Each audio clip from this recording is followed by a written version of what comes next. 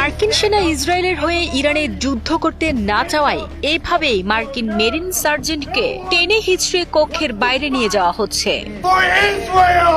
বুধবার armed services sub কমিটির এক গুরুত্বপূর্ণ শুনানি চলাকালে হঠাৎ করেই তিনি সেখানে বাধা দেন এবং ইরানের বিরুদ্ধে যুক্তরাষ্ট্র ইসরায়েল যৌথ সামরিক অভিযানের তীব্র প্রতিবাদ জানাতে শুরু করেন। প্রকাশিত ভিডিও ফুটেজে দেখা যায় ব্রায়ান ম্যাকগিনেস তার গর্বের মেরিন ইউনিফর্ম পরিহিত অবস্থায় শুনানি কক্ষে দাঁড়িয়ে অত্যন্ত ক্ষোভের সাথে চিৎকার করে বলছেন, কেউই ইসরায়েলের হয়ে যুদ্ধ করতে চায় না। তার এই সাহসিকতাপূর্ণ কিন্তু উচ্ছৃঙ্খল আচরণের পরপরই নিরাপত্তায় নিয়োজিত পুলিশ কর্মকর্তারা তাকে দ্রুত কক্ষ থেকে বের করে দেওয়ার জন্য ছুটে আসেন। তাকে যখন টেনে হিচড়ে বাইরে নিয়ে যাওয়া হচ্ছিল তখন এক পর্যায়ে একটি দরজার ফাঁকে তার হাত মারাত্মকভাবে আটকে যায়। প্রত্যক্ষদর্শীরা জানান সেই সময়ই তার হাতটি মোটকে ভেঙে যাওয়ার ভয়াবহ দৃশ্য দেখা যায় এবং এরপর ভাই তোমাকে ধন্যবাদ।